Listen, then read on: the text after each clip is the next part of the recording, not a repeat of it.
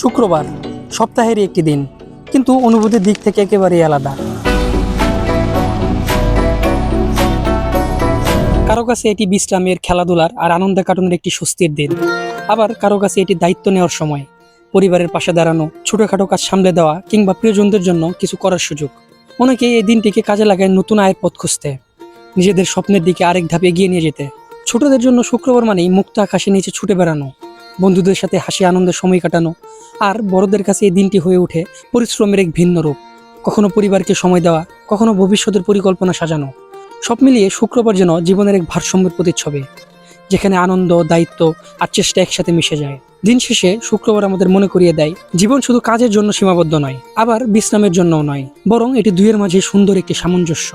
এই শুক্রবারের ছোট্ট মুহূর্তকে নিয়েই আজকের ভিডিওটি এখানেই সমাপ্তি করছি। আশা করি সবাই ভালো থাকবেন, সুস্থ থাকবেন। আল্লাহ হাফেজ।